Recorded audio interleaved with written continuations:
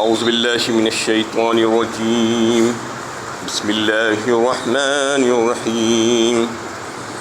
فلما بلغ معه السعي قال يا بني إني أرى في المنام أني أذبحك فانظر ماذا ترى قال يا أبت افعل ما تؤمر ستجدني إن شاء الله من الصابرين۔ جب وہ ان کے ساتھ دوڑ دھوپ کرنے کی عمر کو پہنچا تو ابراہیم علیہ السلام نے کہا، اے میرے بیٹی، میں نے خواب میں تمہیں ذبح کرتے دیکھا ہے، اس بارے میں تمہارا کیا خیال ہے؟ صاحبزادے نے کہا کہ ابا جان، آپ کو جو حکم ہوا ہے وہی کیجیے، انشاءاللہ آپ مجھے صابر پائیں گے۔ یہ سورہ صافات کی 102 نمبر کی آیت ہے۔ اس سے پہلے سے بات کا تذکرہ چل رہا تھا کہ ابراہیم علیہ السلام کی حیات طیبہ کے جو 2 واقعات قرآن اس جگہ بیان کرتا ہے، اس میں سے دوسرا واقعہ جس میں ابراہیم علیہ السلام نے اللہ کے حضور عظیم قربانی پیش کی تھی اپنے فرزند کی، اس کا تذکرہ اس آیت میں آ رہا ہے کہ جب وہ اللہ کے حکم سے ہجرت کر کے ملک شام کی طرف روانہ ہو گئے اور پھر وہاں پر اس وقت اللہ سے دعا مانگی کہ اللہ تعالیٰ مجھے نیک اولاد سے نوازیے، تو اللہ نے ان کو ایک صالح فرزند عطا کیا، اور وہ جب چلنے پھرنے کے قابل ہو گیا، بھاگ دوڑ کے قابل ہو گیا، اور اس قابل ہو گیا کہ باپ کے ساتھ رہ کر کچھ ان کا ساتھ دے سکے اور ان کا بازو بن سکے، ان کا سہارا بن سکے، تو اس وقت قربانی مانگی گئی اس بیٹے کی۔ تو اس میں اسی کے تعلق تذکرہ آ رہا ہے کہ جب خواب میں متواتر روایتوں میں آتا ہے کہ 3 وقت تک، 3 راتوں تک جو ہے اللہ تعالیٰ نے ابراہیم علیہ السلام کو متواتر یہ خواب میں دکھاتے رہے کہ اپنے بیٹے کی قربانی کو پیش کیا جائے، اور انہوں نے اپنے بیٹے کے سامنے اس کا تذکرہ کیا کہ اے برخوردار، مجھے ایسا خواب میں دکھایا گیا ہے کہ میں تم کو قربان کر رہا ہوں، تم کو ذبح کر رہا ہوں۔ تو اس میں جو بات بتائی گئی ہے، ایک تو یہ کہ نبیوں کے جو خواب ہوتے ہیں وہ بالکل طے شدہ بات ہے کہ وہ سچے خواب ہوتے ہیں، اور وہ اس کا درجہ وحی کا درجہ ہوتا ہے۔ تو یہ خواب آنے کے بعد ابراہیم علیہ السلام کو یہ بات معلوم ہو گئی تھی، اور یہ بات طے تھی، اور یہ سمجھ گئے تھے آپ کہ اس کا مطلب یہ ہے کہ اللہ تعالیٰ کا یہ حکم ہے اور اللہ تعالیٰ یہی چاہتے ہیں، اور پھر وہ جو ہے اس کام کے کرنے میں انہیں کسی قسم کا کوئی تردد نہیں تھا، بلکہ اللہ کے آگے اپنا سر تسلیم انہوں نے کر دیا تھا، اور پھر اپنے بیٹے کے سامنے بھی جو اس کا اظہار کیا، اس وجہ سے اظہار کیا کہ وہ یہ کام کرنا نہیں چاہ رہے تھے، ایسا نہیں، بلکہ انبیاء کرام کا تو یہ معاملہ ہوتا تھا کہ احکامات الہیہ کی تعمیل کرنے میں آگے رہتے تھے، وہ بس انتظار میں رہتے تھے کہ اللہ کا حکم آئے اور ہم اس کو جو ہے کر گزریں۔ لیکن بیٹے سے کا امتحان اور آزمائش بھی مقصود تھی کہ دیکھنا چاہتے تھے کہ بیٹا اس امتحان میں کس حد تک پورا اترتا ہے، کہ اس لیے بیٹے کے سامنے انہوں نے جو ہے اس کا تذکرہ کیا کہ میں ایسا خواب دیکھتا ہوں، تمہارا کیا خیال ہے اس کے تعلق سے؟ تو بیٹا بھی کیسا بیٹا تھا؟ وہ خلیل کا بیٹا تھا، کوئی معمولی بیٹا نہیں تھا، اور پھر وہ جو ہے منصب رسالت پر فائز ہونا تھا انہیں آگے بڑھ کر، آگے جانے کے بعد اگلی زندگی میں، تو وہ بھی جو ہے ایسا بہترین اور دانشمندانہ جو ہے جواب اپنے والد کو دیتے ہیں کہ اے میرے والد، ابا جان، آپ جو ہے کر گزریے جیسا کہ آپ کو حکم ہوا ہے، اور پھر اس کے ساتھ یہ فرما دیا کہ ستجدونی انشاءاللہ من الصابرین، یعنی اپنے آپ کو جو ہے بڑائی اور غرور اور تکبر اور فخر نہیں کیا، خود پسندی کی بات نہیں کی، بلکہ معاملہ اللہ کے سپرد کر دیا اور چھوڑ دیا، اور یہ کہہ دیا کہ اللہ تعالیٰ نے چاہا تو آپ مجھے ان لوگوں میں سے پائیں گے جو صبر کرنے والے لوگ ہیں، یعنی صرف میں ہی نہیں، ایسے بہت سے لوگ دنیا میں ہیں اور گزرے ہیں جو صبر کرتے ہیں، اور جو ہے جو صبر کر کے آپ کے لیے جو ہے یعنی اپنے آپ کو پیش کرتے ہیں، تو میں بھی انہی میں سے شامل ہو جاؤں گا اگر اللہ تعالیٰ نے چاہا۔ تو یعنی فخر و غرور نہیں کیا، بلکہ تواضع اور انکساری کا مظاہرہ کرتے ہوئے اپنے والد کو جو ہے یہ اطمینان دلائے اور یقین دلائے کہ آپ اس کو کر گزریے۔ فلما اسلم وتلہ للجبین، پھر جب وہ دونوں نے سر تسلیم خم کر دیا تو باپ نے بیٹے کو پیشانی کے بل لٹا دیا۔ اب یہ ہوا کہ جب یہ بات طے ہو گئی تو پھر اسلمہ ایک لفظ آیا ہے، اسلم کا لفظ آتا ہے جھکا دینا، یعنی دونوں نے اپنے آپ کو جھکا لیا، اسلمہ دونوں کا تذکرہ آیا ہے، یہاں پر تثنیہ کی بات آ رہی ہے۔ باپ ذبح کرنے کے لیے تیار، بیٹا ذبح ہونے کے لیے تیار، یہ معاملہ ہے دونوں کا۔ اور پھر جو ہے اس وقت کا واقعات جو ہے روایتوں میں یہ بات آتی ہے کہ شیطان آتا ہے اور آ کر 3 دن تک جو ہے ایسا ہی کرتے رہتا ہے، ابراہیم علیہ السلام کو 3 وقت تک جو ہے بہکانے کی کوشش کرتا ہے،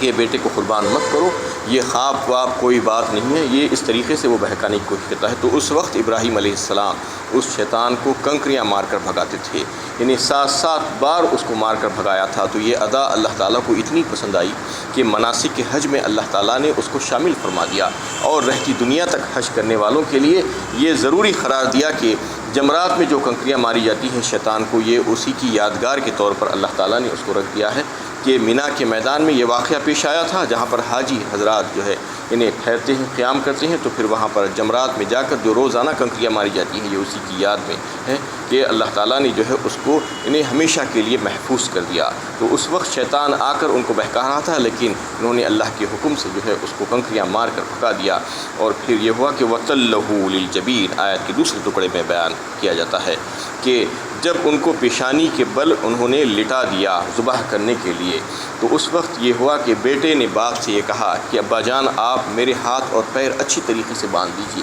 تاکہ میں جو ہے تڑپوں نہیں، اور پھر چھری کو اچھی طریقے سے تیز کر لیجیے تاکہ میرا دم آسانی سے نکل جائے، اور اپنے کپڑوں کو جو ہے احتیاط کے ساتھ رکھیے تاکہ میرے خون کے چھینٹے آپ کے کپڑوں پر نہ اڑیں، اگر ایسا ہوگا تو پھر آپ کو بعد میں دیکھ کر تکلیف ہوگی۔ یہ کہہ رہا ہے بیٹا باپ سے، یعنی دیکھیے کہ اندازہ لگائیے کہ کیسے باپ ہیں اور کیسا بیٹا ہے۔ اور پھر یہ تمام کام کر گزرنے کے بعد اللہ کا منشا یہی تھا، مرضی یہی تھی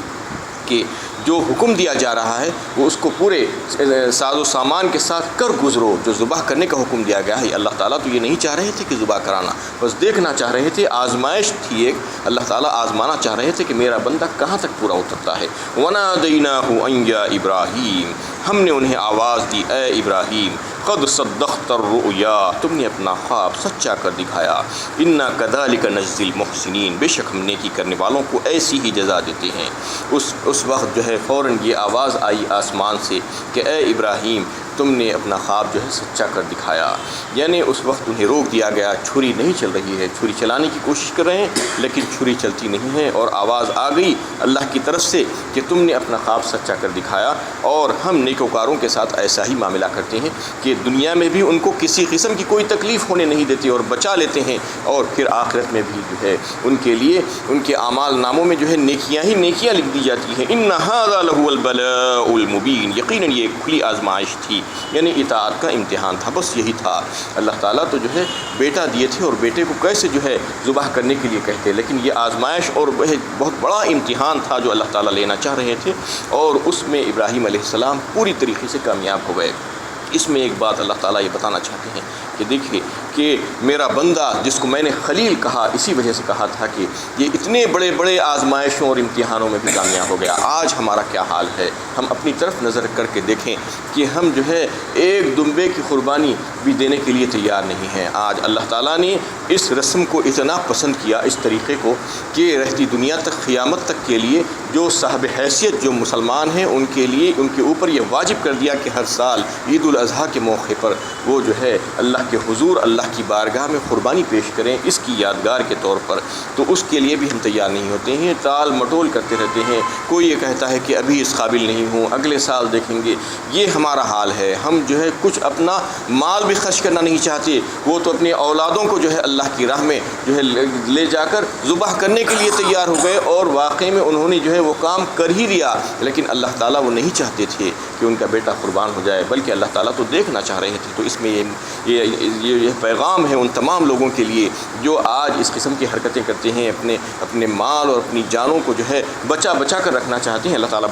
بتانا چاہ رہے ہیں کہ یہ جان اور مال تمہارے نہیں ہیں بلکہ ہمارے دیے ہوئے ہیں، اور یہ رہن ہے ہمارے پاس، تم اس کو ہماری راہ میں خرچ کرو۔ تو یہ بڑی آزمائش تھی، اس کا ذکر اللہ تعالیٰ فرما رہے ہیں۔ فَفَدَيْنَاهُ بِذِبْحٍ عَظِيمٍ کہا، اور ہم نے اس کو فدیے میں ایک بڑی قربانی دے کر اس کو بچا لیا۔ ہوا یہ کہ جب آسمان سے آواز آئی، ندا آئی کہ اے ابراہیم تم نے اپنا خواب سچا کر دکھایا، تو آسمان کی طرف نظر ڈال کر جب دیکھے تو حضرت جبرائیل امین ایک بڑا دمبا جو ہے لے کر کھڑے ہوئے تھے، اور وہ جنت سے لایا گیا تھا،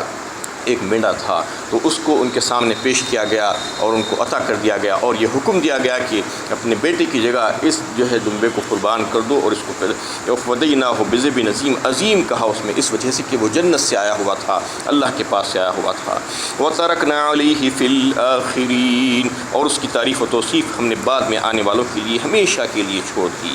سلام علی ابراہیم، سلام ہے ابراہیم پر۔ کذالک نجزی المحسنین، ہم نیکی کرنے والوں کو ایسی ہی جزا دیتے ہیں۔ اور پھر اللہ تعالیٰ نے ان کا ذکر خیر ہمیشہ کے لیے جو ہے باقی رکھا۔ ساری یعنی بڑے بڑے مذاہب کے ماننے والے آج ابراہیم علیہ السلام کو مانتے ہیں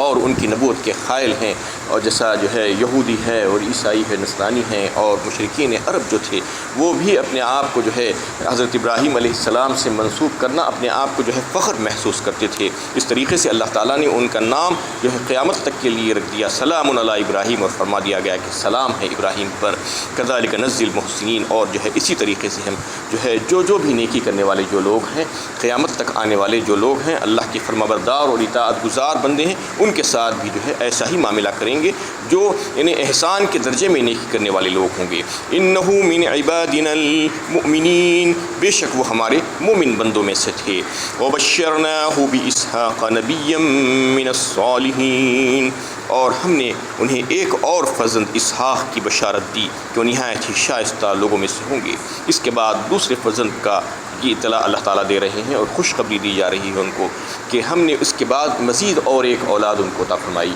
یہ اولاد جس کی آزمائش کی گئی اس کو بھی بچا لیا گیا۔ اس کے بعد جو ہے دوسری اولاد کا تذکرہ آ رہا ہے جو حضرت سارہ کے بدن سے ہوئے تھے، جن کا نام حضرت اسحاق علیہ السلام، اور پھر حضرت اسحاق علیہ السلام سے جو ہے حضرت یعقوب، اور پھر ان سے جو نسل چلی اس میں ہزاروں انبیاء کرام جو ہے مبعوث کیے گئے، بنی اسرائیل جسے کہا جاتا ہے۔ اور جو ہے حضرت اسماعیل علیہ السلام جو پہلے اکلوتے فرزند تھے، اس وقت تک ان سے جو نسل چلی وہ عربوں کی نسل چلی، اور اس میں خاتم الانبیاء نبی صلی اللہ علیہ وسلم جو ہے تشریف لائے۔ تو یہ دو جو ہے جو ونگز تھے ابراہیم علیہ السلام کے، ایک حضرت اسماعیل اور دوسرے حضرت اسحاق، جس کا تذکرہ اس آیت میں آ رہا ہے کہ ان کو بھی ہم نے نبی بنایا اور وہ بھی جو ہے بڑے شائستہ اور جو ہے نیک لوگوں میں سے ہیں۔ وبارکنا علیہ وعلی اسحاق ومن ذریتہما محسن وظالم لنفسہ مبین، اور ہم نے ان پر اور اسحاق پر برکت نازل کی، اور ان دونوں کی اولادوں میں کوئی نیکوکار ہیں تو کوئی اپنے آپ پر ظلم کرنے والا گنہگار۔ یہ جو ہے اس واقعے کی کڑی کی جو ہے آخری آیت ہے۔ اس میں اللہ تعالیٰ ایک بڑی زبردست بات، گہری بات کہنا چاہ رہے ہیں کہ اس میں ہم نے جو ہے برکت رکھ دی ان میں اور ان کی اولادوں میں، یعنی دونوں کا تذکرہ آ گیا، دونوں بیٹوں کا، اور پھر یہ بتا دیا گیا کہ ان میں سے بہت سے اچھے بھی ہیں اور خراب بھی ہیں جو ظالم ہیں، اپنے نفسوں پر ظلم کرنے والے۔ یعنی ایسا نہیں ہے کہ وہ انبیاء کرام تھے اس لیے ان کی اولادیں سب کی سب اچھی نکلی، نہیں، اس میں جو ہے بہت سے انبیاء کرام بھی مبعوث کیے اور بہت سے ایسے بھی ہوئے جنہوں نے اپنے آپ پر ظلم کیا، یعنی جو عمل میں پیچھے رہ گئے وہ ان کا جو ہے ان کا حسب نسب ان کے کام نہیں آیا، یہ بتانا چاہ رہے ہیں اللہ تعالیٰ۔ جیسا کہ دیکھیے کہ آپ اسحاق علیہ السلام کی جو اولادیں تھیں حضرت یعقوب علیہ السلام کے بعد جو ہے جو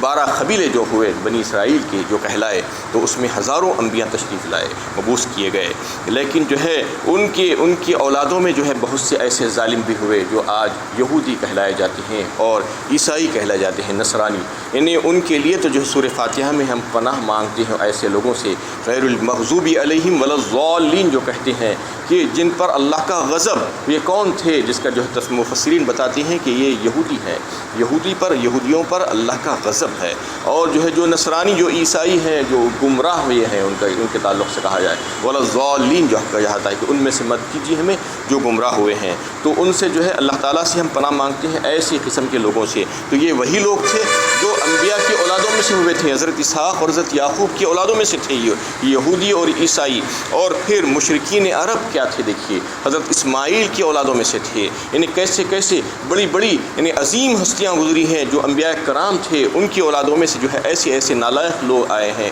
ایسے بدبخت لوگ آئے ہیں۔ تو اللہ تعالیٰ یہ بتانا چاہ رہے ہیں کہ جو اچھا عمل نہیں کرے گا اور جو ہے صرف نسبتوں کو جو ہے لے کر چلنے کی کوشش کرے گا اور یہ کہے گا کہ میرا فلاں سے واسطہ ہے، میرا فلاں سے نسبت ہے اور تعلق ہے اور رشتہ داری ہے، تو وہ چلنے والی نہیں ہے۔ جبکہ اس سے پہلے بھی جو ہے نوح علیہ السلام کے تذکرے میں بھی یہ بات آ رہی تھی کہ وہ اپنے بیٹے کو نہیں بچا سکے اور اپنی بیوی کو نہیں بچا سکے پیغمبر ہونے کے باوجود۔ آگے حضرت لوط علیہ السلام کا تذکرہ آئے گا، اس میں بھی جو ہے ان کی بیوی کا تذکرہ آ رہا ہے کہ وہ اپنی بیوی کو نہیں بچا سکے، یعنی اللہ کے غضب سے اور اللہ کے عذاب سے جو ہے جب وہ عمل سے دور ہو گئی تو پھر وہ نبی ہو کر بھی جو ہے اس کو نہیں بچا سکی۔ تو اس آیت میں بھی اللہ تعالیٰ یہ بات کو واضح کرنا چاہ رہے ہیں کہ جو آج لوگ جو ہے تکیہ کر کے چلتے ہیں اور یہ کہتے ہیں کہ ہمارا رشتہ تو ان سے ہے ہے، ہمارا نسب ان سے اور ان سے ہے، یہ نسب حسب جو ہے چلنے والا نہیں ہے۔ اللہ تعالیٰ یہ بتانا چاہ رہے ہیں کہ جو نبی ہیں ان کی اولادوں کا نسب نہیں چلا، جو عمل میں خراب ہو گئے،